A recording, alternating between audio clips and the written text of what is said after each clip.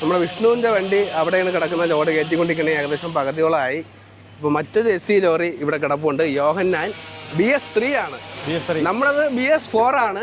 ഇത് BS3 ആണ്. 2016 model വണ്ടിയാണ്. ഇത് 2016 മോഡലാണ്. നമ്മുടേത് 2019 മോഡലാണ്. ഈ വണ്ടിയും ആ വണ്ടിയും തമ്മിലുള്ള എന്തൊക്കെ വ്യത്യാസങ്ങളുണ്ട്, എന്തൊക്കെ കാര്യത്തിൽ വ്യത്യാസമുണ്ട്? വലിയുടെ കാര്യത്തിൽ വ്യത്യാസമുണ്ട്, മൈലേജിന്റെ കാര്യത്തിൽ വ്യത്യാസമുണ്ട്. ഇതിന് വലിയ കൂടുതലാ. മൈലേജ് പൊടിക്ക് കുറവാ, പക്ഷെ അതിന് ഭയങ്കര മൈലേജാ. അപ്പൊ വലിയ നമ്മുടെ വണ്ടിക്ക് 3.2 കിട്ടുമ്പോ അത് 3.0. ചെറിയ വ്യത്യാസമുണ്ട്.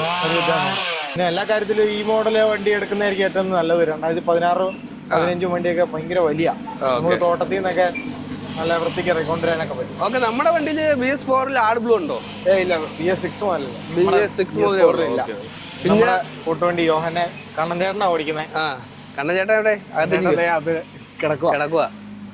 അപ്പൊ നമുക്ക് ലോഡ് കയറ്റുന്ന സമയത്ത് നമുക്ക് ഫ്രീ ആണല്ലേ? റെസ്റ്റ് എടുക്കാം. രാത്രി നമ്മൾ ഉറക്കുളയ്ക്കുക. ഈ വണ്ടി ഫുള്ള് മരമാണ്. നമ്മുടെ വണ്ടി പ്ലാറ്റ്ഫോറും ഇരുമ്പും മരമാണ്. അപ്പൊ ഇത് മൊത്തം മരമാണ്. ക്യാബിൻ മൊത്തം മരമാണ്, ഫുള്ള് മരമാണ്. ഈ വണ്ടി നിർത്തലാക്കാനുള്ള കാര്യം ഈ എന്തുകൊണ്ടാണ്? അപ്പൊ കമ്പനി പ്രൊഡക്ഷൻ നിർത്തി. പക്ഷെ BS6-ന്റെ കുറെ നിയമങ്ങളിൽ പറയുന്നുണ്ട് ഈ തടിയുടെ ഭാഗങ്ങളൊന്നും പറ്റുമല്ല, കത്താൻ സാധ്യത ഉണ്ടെന്നാ പറയുന്നത്. നമ്മുടെ വണ്ടിക്ക് ഡോർ ഇല്ലല്ലോ, അത് സേഫ്റ്റി കുറവാന്നൊക്കെ പറയുന്നുണ്ട്. അതുകൊണ്ടാണ് വണ്ടി പ്രൊഡക്ഷൻ നിർത്തിയെന്ന് പറയുന്നത്.